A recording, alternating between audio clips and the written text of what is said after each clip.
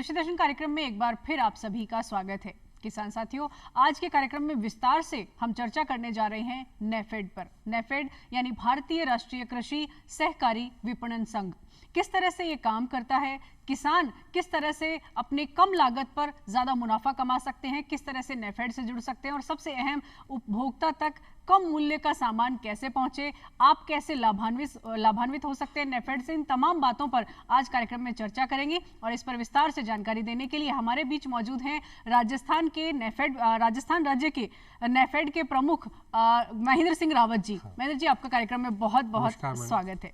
सबसे पहले तो हमारे किसानों को यही जानकारी आपसे लेना चाहेंगे, किसानों के लिए, कि नेफेड आखिर है क्या और विपणन के क्षेत्र में किस तरह से काम करता है नेफेड।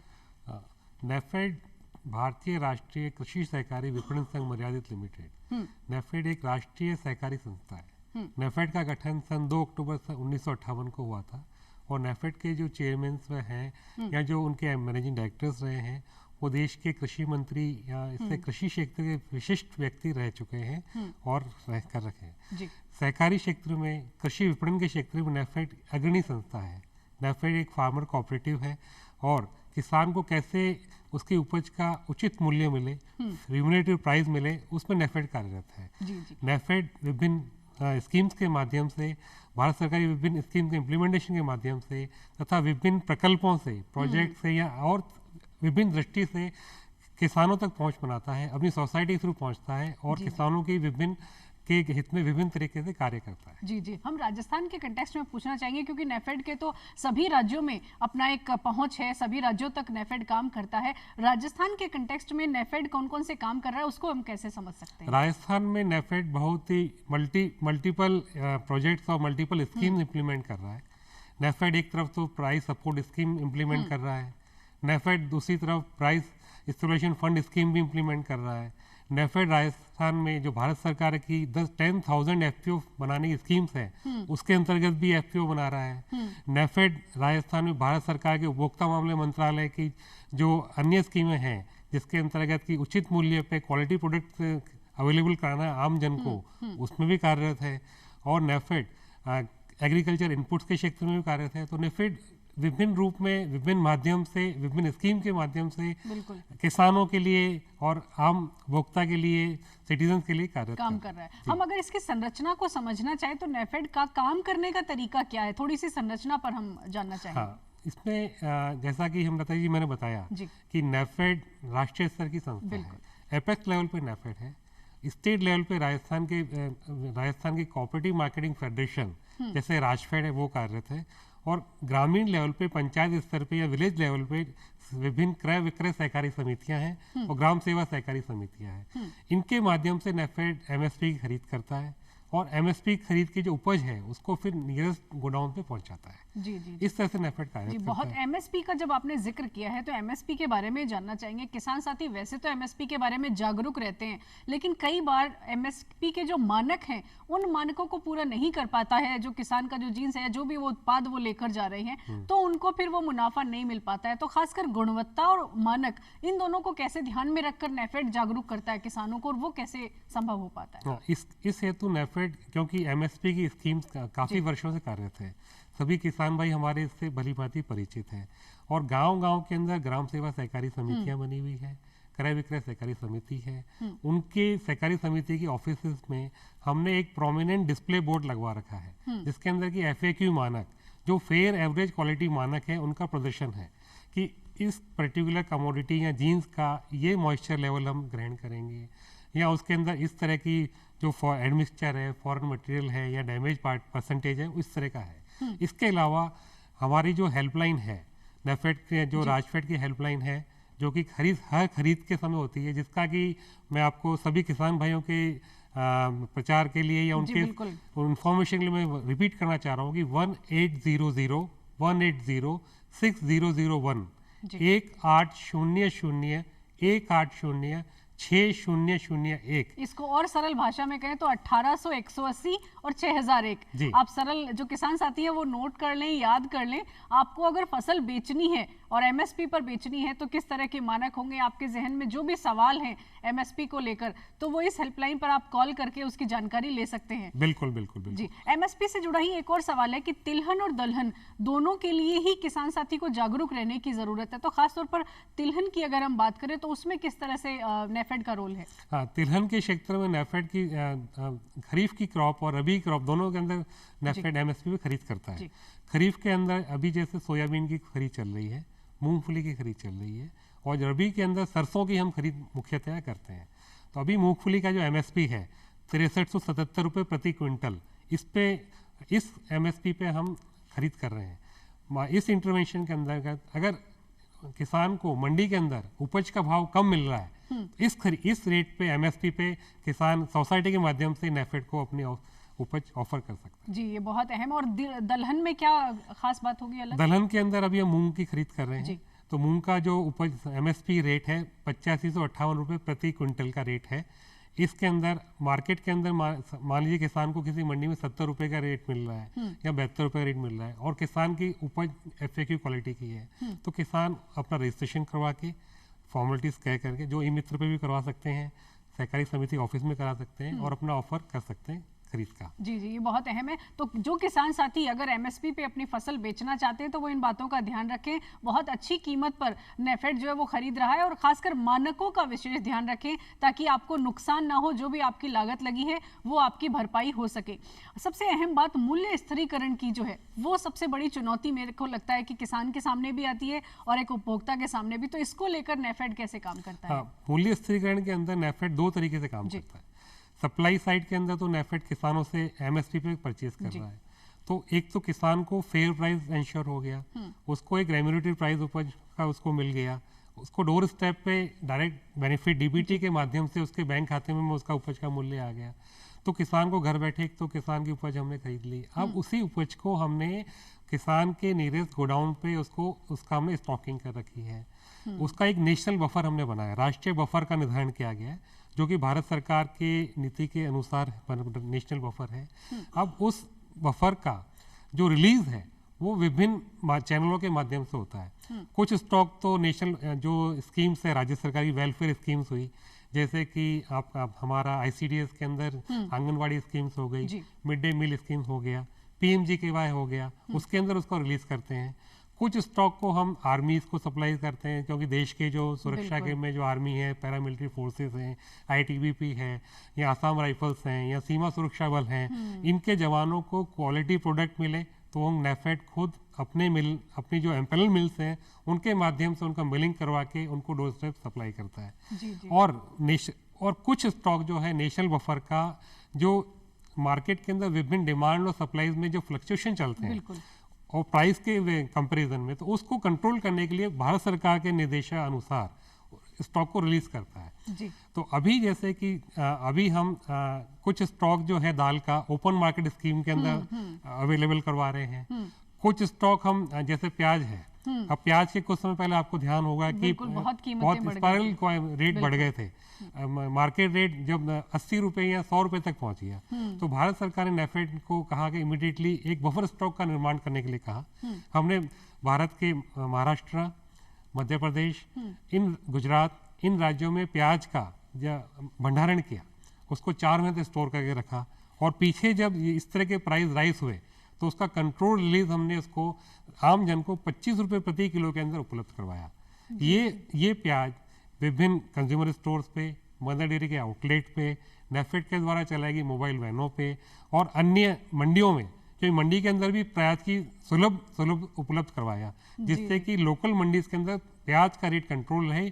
और इस माध्यम से नेफेड ने मूल्य स्थिरीकरण योजना में बहुत ही अहम भूमिका अदा की। एक बात तो आज के कार्यक्रम के बाद जो दर्शक देख रहे हैं वो ये तो जरूर तय कर लेंगे कि उन्हें अगर क्वालिटी प्रोडक्ट चाहिए और कम कीमत पर चाहिए तो नेफेड के जो उत्पाद हैं वो जरूर खरीदेंगे। आज के बाद जहां जिस भी स्टोर में नेफेड के जो उत्पाद होंगे उनको खरीदने पर जोर रहेगा। हम भारत दाल और भारत आटा के बारे में भी जानना चाहेंगे, ये भी नेफेड के उत्पाद है? हाँ, ये भारत सरकार के जो कंज्यूमर अफेयर्स मिनिस्ट्री है, डोका, डिपार्टमेंट ऑफ कंज्यूमर अफेयर्स, उनकी एक स्कीम है।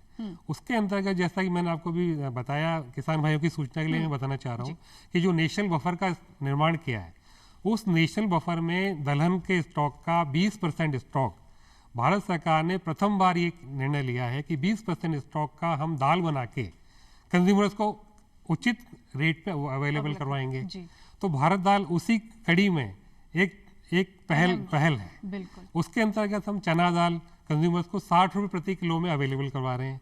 अभी मार्केट के अंदर रेट चना दाल के 70 से 80 रुपए के हैं। हमने जब ये 60 रुपये प्रति किलो में दाल अवेलेबल करवाई, तो एक तो कंज्यूमर्स को उचित मूल्य की दाल मिली, अच्छी क्वालिटी की दाल मिली, और दाल के दामों, बढ़ते हुए दामों पे अंकुश भी लगा। तो इस तरह से हमने डिमांड सप्लाई को डिमांड के अगेंस्ट में सप्लाई मेंटेन रखी, और कंज्यूमर की जेब भी उसकी मतलब उसकी जेब की का भी ध्यान रखा। बिल्कुल, बहुत ही अहम काम कर रहा है नेफेड। एक और चीज हम जानना चाहेंगे कि एक तो ये चीज है कि किसान खुद भी अपने प्रोडक्ट्स जो है वो नेफेड के जरिए बेच सकते हैं। दूसरा ये कि एफपीओज के जरिए किस तरह से एफपीओज आपको अप्रोच करें, या फिर एफपीओज किस तरह से नेफेड के माध्यम से जुड़कर लाभ कमा सकते हैं। हाँ, एफपीओज के गठन में नेफेड एक बहुत अहम रोल अदा कर रहा है। अभी भारत सरकार ने पूरे राष्ट्र में 10,000 एफपीओ बनाने की स्कीम लॉन्च की है। इसके अंतर्गत जो किसानों की जो बार्गेनिंग पावर्स है, क्योंकि अकेला किसान कुछ नहीं कर सकता, तो गांव के किसान संगठित होकर अपनी उपज के लिए एक एफपीओ बना सकते हैं। तो नेफेड ने उसके लिए भारत सरकार की स्कीम के अंतर्गत भारत सरकार उनको मदद कर रही है कि वो एफपीओ बनाए, उनके हैंड होल्डिंग के लिए, कोचिंग के लिए, और उनको विभिन्न तरह मार्गदर्शन, उनका रजिस्ट्रेशन है एफपीओ का, उसके लिए एफपीओ के लिए उनको एक सीबीपीओ बनाए, क्लस्टर बेस्ड बिजनेस ऑर्गेनाइजेशन। ये सीबीपीओ गांव में उनके आदमी जाके उनको एजुकेट करेंगे, एफपीओ की स्कीम समझाएंगे, और स्कीम समझाने के बाद उनको संगठित करेंगे। एफपीओ का रजिस्ट्रेशन कैसे हो, उसके लिए फंडिंग भी हम कर रहे हैं। ये सब भारत सरकार की इस स्कीम के अंतर्गत हो रहा है। तो ये उनको फंडिंग भी हो रहा है, उनको ऑफिस खोलने के लिए उनको रेंट भी दे रहे हैं, उनके स्टाफ के लिए उनको मंथली सैलरीज भी दे रहे हैं। साथ में ही उनको उपज कैसे मिले, उसके उपज का कैसे वो मार्केट लिंकेज प्रोवाइड किया जाए, क्योंकि किसानों की उपज, कई बार समस्या ये आती है कि किसान के पास उपज है लेकिन वो उसको मार्केट में अवेलेबल नहीं करा सकता। तो अपने एफपीओ के माध्यम से उसकी सप्लाईज वो इंश्योर कर सकता है कि बड़ी मंडियों तक पहुंच पे। तो नेफेड की विभिन्न देशों में विभिन्न शाखाएं हैं, तो हम उन एफपीओ की उपज को वहां भी पहुंचा सकते हैं और किसान को उचित दाम उपलब्ध करवा सकते हैं। सबसे अहम है कि दूर दराज बैठा हुआ किसान भी नेफेड के जरिए जुड़कर अपना जो उत्पाद है वो विदेश तक पहुंचा सकता है। इतना अहम काम कर रहा है नेफेड। इस तरह की अभी इस पे हम कार्य जारी है। देश के विभिन्न मंडियों में पहुंच चुके हैं, और एक्सपोर्ट का भी अगर कोई बल्क ऑर्डर है तो उसको निश्चित रूप से किसान के लिए मुनाफा सबसे अहम, कि किसान को उसकी मेहनत का मुनाफा मिले, दूसरा जो उपभोक्ता है उसको कम मूल्य पर गुणवत्तापूर्ण उत्पाद मिले। सबसे अहम काम आप कर रहे हैं, और सबसे अहम सहकारिता को बढ़ाने का काम कर रहे हैं कि मिलकर काम करेंगे तो शायद मुनाफा ज्यादा होगा। हम बाजार में किस तरह से आपका हस्तक्षेप है, किस तरह से आप इंटरफेयर करके जो बाजार में एक जो कॉम्पिटिशन दे रहे हैं, क्योंकि जो कीमतें बढ़ जाती हैं उसमें बहुत अहम होता है उपभोक्ता के लिए अपने लिए गुणवत्तापूर्ण उत्पाद लेना, तो वो आपका रोल कैसे है नेफेड? मार्केट में इंटरवेंशन, जो बाजार हस्तक्षेप है, हम दो तरीके से कर रहे हैं। एक तो हम रीजनल बफर का स्टॉक का निर्धारण कर रखा है, तो जो कालाबाजारी होती है आमतौर पे, या जो मुनाफाखोरी होती है, तो उन मार्केट को ये पता है कि हम नेफेड के पास प्याज का 5 लाख टन या से 2 लाख टन का प्याज का भंडारण है, या दालों का नेफेड के पास 25 लाख टन का भंडारण है। तो उसको देखते हुए वो उनको ये संशय रहता है कि कभी भी प्याज हम अगर इसका कुछ गैर कानूनी तरीके से भंडारण करेंगे या कालाबाजारी करेंगे, तो भारत सरकार निर्देश पे नेफेड इस स्टॉक को रिलीज कर सकती है। तो जब रिलीज हो जाएगा स्टॉक अधिक मात्रा में और कम रेट पे, तो उसका दामों पे अंकुश रहता है। दूसरा, प्राइस स्टेबलाइजेशन फंड स्कीम के अंतर्गत हम, या मार्केट इंटरवेंशन स्कीम के अंतर्गत, जब मार्केट के अंदर डिस्ट्रेस सेल होती है या एकदम अधिक स्टॉक आ जाता है या अधिक उत्पादन हो गया, आवक ज्यादा हो जाती है, उस केस में भी निर्धारित स्कीम के मानकों में नेफेड उसमें इंटरवेंशन करता है और किसान की उपज को उचित मूल्य पे खरीदता है। तो उस सबसे अहम तो ये कि आम व्यक्ति को ये जानकारी होनी चाहिए कि मार्केट में जिस तरह से उत्पादों की कीमत बढ़ती है, तो नेफेड एक समाधान है उनके लिए। तो वो नेफेड को अप्रोच करें ताकि वो जो मार्केट की कीमतें बढ़ी हुई हैं उससे वो प्रभावित ना हो उनकी आम जिंदगी। हाँ बिल्कुल मैडम, इस पे नेफेड एक संपूर्ण समाधान है जी। नेफेड उसकी उपज को उचित मूल्य भी दिलाएगा। बिल्कुल, उपभोक्ताओं के लिए नेफेड उचित मूल्य पे क्वालिटी प्रोडक्ट भी अवेलेबल करवाएगा। जी। जैसा कि मैंने अभी किसान के तौर पर मैं जानना चाहूंगी, एक किसान जो गांव में बैठा है वो सीधे तौर पर अगर जुड़ना चाहता है नेफेड से, तो वो क्या प्लेटफॉर्म्स होंगे, किस तरह के कागजों की जरूरत पड़ेगी, वो कैसे जुड़ सकता है? किसान एक तो जैसे उनके ग्राम सेवा सहकारी समिति है, उसके माध्यम से नेफेड को अप्रोच कर सकता है। नेफेड के जो एफपीओज हैं उनके गठन के द्वारा अप्रोच कर सकता है। दूसरा, अगर उसके पास उचित मतलब बल्क साइजेबल क्वांटिटी है, मार्केटेबल सरप्लस है उसके पास, तो वो नेफेड के केवाईसी जो डॉक्यूमेंट्स हैं रजिस्ट्रेशन करवा कर नेफेड के जो बाजार हैं, जो कि दिल्ली के अंदर है, पंजाब में है, हरियाणा में है, हिमाचल के अंदर है, करीबन 15 से 20 आउटलेट की चेन है, उस पर भी हम उसके स्टॉक का उचित मूल्य पे या उसको सप्लाई लेकर उसको एक मार्केट उपलब्ध करवा सकते हैं। जी। साथ ही नेफेड की विभिन्न राज्यों में शाखाएं भी हैं, उप शाखाएं भी हैं, क्योंकि अब एक कंजम्पशन सेंटर और प्रोडक्शन सेंटर, जैसे कि आप कहें कि महाराष्ट्र में प्याज का प्रोडक्शन सेंटर, बिल्कुल, पर कंजम्पशन सेंटर ईस्ट के अंदर है। तो ईस्ट में हमारी कलकत्ता ब्रांच है, फार ईस्ट के अंदर आसाम के अंदर गुवाहाटी ब्रांच है, तो उसके अंदर भी हम उनके शाखाओं के माध्यम से उसके प्रोडक्ट्स को वहाँ अवेलेबल करवा सकते हैं। जी, ये बहुत अहम है। एक बात मेरे जहन में और आ रही है कि एफपीओ के माध्यम से तो किसान साथी या एफपीओ के जो सदस्य हैं वो जुड़ ही सकते हैं, क्या एसएचजी ग्रुप में भी, क्योंकि हमारे भारतवर्ष में एसएचजी ग्रुप में महिलाएं ज्यादा काम कर रही हैं, तो क्या उनके बनाए गए उत्पाद या जो फूड प्रोसेस किया हुआ जो उत्पाद है, क्या वो भी नेफेड के जरिए लाभान्वित हो सकते हैं? वो लोग सेल्फ हेल्प ग्रुप जो है उनको हम अलग अलग माध्यमों से जोड़ रहे हैं। जैसे कि अभी भारत दाल का कंसेप्ट आया, तो भारत दाल के क्योंकि सेल्फ सखियों का जो सेल्फ हेल्प ग्रुप हैं उनकी गांव-गांव के अंदर पहुंच है, तो ये सेल्फ हेल्प ग्रुप भी हमारे माध्यम से भारत दाल ले सकती हैं और उनको उचित मूल्य पे हम अवेलेबल करवाएंगे। एक तो उनकी आमदनी होगी, बिल्कुल, और दूसरा गांव के अंदर ये प्रोडक्ट पहुंचेगा, तो दाम उनको मतलब कंट्रोल में, ग्रामीण स्तर पर भी वो एक उनको कम कीमत पर उत्पाद उचित मूल्य अवेलेबल होगा। नेफेड ने उचित मूल्य केंद्र भी खोले हैं। ये उचित मूल्य केंद्र चलित वाहन, जिन्हें हम कहते हैं मोबाइल वैन्स, उसके द्वारा गांव-गांव शहर के अंदर पहुंच रहे हैं। इस मोबाइल वैन में उचित मूल्य पर ये प्रोडक्ट अवेलेबल करवाए जाएंगे। जैसे भारत आटा है, जो भारत सरकार ने अभी कुछ ही समय पहले लॉन्च किया है। ये आटा 27.50 प्रति किलो के दाम पर पूरे देश में अवेलेबल है। तो जो वन नेशन वन प्राइस बहुत की अभिनव कल्पना है, उसको हम साकार कर रहे हैं और ग्रास रूट लेवल तक इस प्रोडक्ट को पहुंचा रहे हैं। जी बिल्कुल, बहुत ही अहम है कि वन नेशन वन प्राइस, पूरे देश में एक उत्पाद की एक ही कीमत हो, ताकि उपभोक्ता तक सही उत्पाद पहुंचे और कम कीमत पर उसे अवेलेबल हो। एक और बात जानना चाहेंगे, जिस तरह से सहकारिता का नेटवर्क बढ़ रहा है, आपको क्या लगता है सहकारिता वो माध्यम है जिससे कृषि क्षेत्र में ही नहीं, किसानों के व्यक्तिगत जीवन में भी बदलाव आ सकता है? तो सहकारिता की भूमिका, क्योंकि ये भी सहकारी संघ है, तो उसकी कितनी बड़ी भूमिका? सहकारिता की बहुत अहम भूमिका है। भारत सरकार ने अभी इसी योजना के अंतर्गत नए भारत सहकारिता मंत्रालय का गठन किया गया है, जिसके अंतर्गत नई नई योजनाएं लेके आई हुई हैं। अभी भारत सरकार पैक्स, जो प्राइमरी एग्रीकल्चर कोऑपरेटिव सोसाइटीज हैं, उनको मजबूत करने की दिशा में बहुत मतलब एग्रेसिव रूप से कार्यरत कर रही हैं। उनको IT के इक्विपमेंट उपलब्ध करवाना, उनका ऑफिस बिल्डअप करवाना, और अभी कुछ समय के अंदर ही, आगामी कुछ समय में आप देखेंगे कि गांव के अंदर ही भंडारण योजना के अंदर पैक को भंडार गृह बनाने के लिए, जिससे किसान अपनी उपज वहीं स्टोर कर सके, उसके अंतर्गत भी बहुत कार्य किया जा रहा है। और जब गांव का सहकारिता मजबूत होगी तो देश मजबूत होगा। डेफिनेटली, ये तो बहुत अहम बात है। अच्छा, अभी इस वक्त में कौन कौन सी ऐसी योजनाएं हैं जिसकी जानकारी आम व्यक्ति को भी हो और किसानों को भी हो, ताकि वो नेफेड से सीधे तौर पर लाभान्वित हो सके? संक्षेप में आपसे जानना चाहिए। संक्षेप में, जैसा कि मैंने आपको पूर्व में बताया कि एक तो प्राइस सपोर्ट स्कीम है, जिसके अंदर कि हर सीजन में, खरीफ की क्रॉप हो या रबी की क्रॉप हो, किसान दलहन और तिलहन का स्टॉक अपनी समिति के माध्यम से नेफेड को दे सकता है। इसी प्रकार से प्राइस स्टेबलाइजेशन फंड स्कीम के अंतर्गत अगर नेफेड के जो नेफेड की सोसाइटीज हैं उनको अलग प्रोडक्ट भी अवेलेबल करवा सकते हैं। फिर एफपीओस का गठन है। एफपीओस से किसान जुड़े हैं। किसान जब जुड़ेंगे तो एक संगठित रूप से अपनी बार्गेनिंग पावर को यूज कर सकते हैं।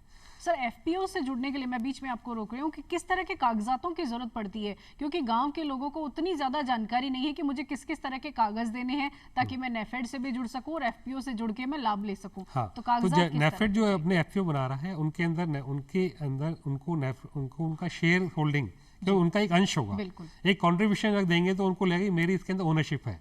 तो जब किसी किसान की किसी संगठन या संस्था में ओनरशिप रहेगी तो उससे जुड़ाव महसूस करेगा। तो एक तो वो उस तरह का हो जाता है, और कुछ बेसिक डॉक्यूमेंट्स है, KYC, जी। किसान का आधार कार्ड क्या है, उसकी उपज कितनी है, कौन सी उपज है, उसकी गिरदावरी कितनी होती है, एक ये बेसिक डेटा है। उस डेटा के साथ में वो उस सहकारी समिति से भी जुड़ सकता है, FPO से भी जुड़ सकता है, और साथ में अगर 10-50 किसान इकट्ठे हो गए और किसान इकट्ठे हो गए कोई पर्टिकुलर क्वालिटी का प्रोडक्ट अवेलेबल करा सकते हैं, तो नेफेड उनसे सीधे माध्यम से भी उनसे उपज खरीद कर के सकते हैं। अन्य जगह उसका वितरण करवा सकता है। जी जी, एक और सवाल सर युवाओं के लिए, इन दिनों युवाओं में एंटरप्रेन्योर बनने का प्रचलन है, तो क्या कृषि उत्पाद, जो भी कृषि आधारित उत्पाद है या इससे जुड़े हुए जो भी काम है, क्या उसमें एंटरप्रेन्योरशिप की संभावनाएं हैं युवाओं के लिए? बिल्कुल, एंटरप्रेन्योरशिप की असीम संभावनाएं कृषि क्षेत्र में है। असीम संभावना, मैं जो आपको वर्ड यूज कर रहा हूँ, एक जो डिस्ट्रीब्यूशन नेटवर्क जो क्रिएट किया जा रहा है, जैसे अब मोबाइल वैन के थ्रू हम कर रहे हैं, तो नेफेड अभी सोसाइटी के माध्यम से, FPO के माध्यम से, साथ ही अगर कोई एंटरप्रेन्योर, कोई गांव का युवा कोई अपना भारत दाल वितरण करना चाहता है, तो अपनी एक छोटी संस्था बना के, एक छोटा रजिस्ट्रेशन करवा के वो नेफेड से कॉन्ट्रैक्ट कर सकता है, और नेफेड उनको उपलब्ध कराए, अपना उचित मूल्य के अंदर उनको अलॉट करेगा, और अलॉट करके उसके माध्यम से अपना जो भारत सरकार के या नेफेड के उत्पाद हैं वो गांव-गांव में पहुंचा सकते हैं। जी। इन तमाम जानकारियों को अगर कोई घर बैठा व्यक्ति जानना चाहे तो क्या वेबसाइट है कोई जिस पर सारी जानकारी अवेलेबल हो सकती है? बिल्कुल मैडम, नेफेड की एक वेबसाइट है www.nafed.india.com फिर लॉगिन करके वो नेफेड के विभिन्न स्कीमों को देख सकता है, नेफेड की संरचना, और उन सभी को देखकर हमसे संपर्क भी कर सकते हैं। जी, स्क्रीन पर दिखाई दे रहा होगा आपको, आप वेबसाइट का नोट कर सकते हैं, ये वेबसाइट आप स्क्रीन पर देख पा रहे होंगे। आपसे जाते जाते एक मैसेज लेना चाहेंगे कि नेफेड की अहम भूमिका एक आम आदमी के जीवन में भी और किसान के जीवन में, आपका क्या संदेश होगा सबके लिए? नेफेड एक फार्मर्स कोऑपरेटिव है, तो हम तो सभी किसान भाइयों से, सभी आमजन से ये आग्रह करते हैं कि नेफेड के कार्यक्रमों से जुड़े, नेफेड के साथ जुड़ाव रखें, और नेफेड आपके यहाँ डोर स्टेप पे पहुंच के सहकारिता को मजबूत करेगा, और सहकार से समृद्धि जो मूल उद्देश्य है सरकार का, उसमें हम भी अपना एक योगदान दे पाएंगे। बहुत अहम चर्चा रही है आपसे। तो किसान साथियों, आज का ये जो कार्यक्रम अभी आपने देखा है, इसका पुनः प्रसारण आज रात 10:30 बजे भी आप DD राजस्थान पर देख सकते हैं। आज के कार्यक्रम में बहुत अच्छी जानकारियों पर चर्चा रही। उम्मीद है आप नेफेड के उत्पाद खरीदेंगे। भाई, आज से मैंने तो ये तय कर लिया है कि मैं नेफेड के जो उत्पाद हैं वो मैं जरूर खरीदूंगी, और प्राथमिकता पर उन्हीं उत्पादों को रखूंगी। आज का कार्यक्रम आपको कैसा लगा हमें लिख सकते हैं आप चिट्ठी। हमारा पता है कार्यक्रम कृषि दर्शन, DD राजस्थान, दूरदर्शन केंद्र, झलाना डूंगरी, जयपुर। तो रावत साहब, बहुत बहुत धन्यवाद। बहुत ही अहम चर्चा रही, बहुत अच्छी जानकारी आपने किसान साथियों के साथ। आपका भी बहुत बहुत धन्यवाद। नमस्कार। तो आज का कार्यक्रम बस इतना ही, फिर होगी आपसे मुलाकात नई जानकारियों के साथ। तब तक के लिए इजाजत दीजिए, नमस्कार।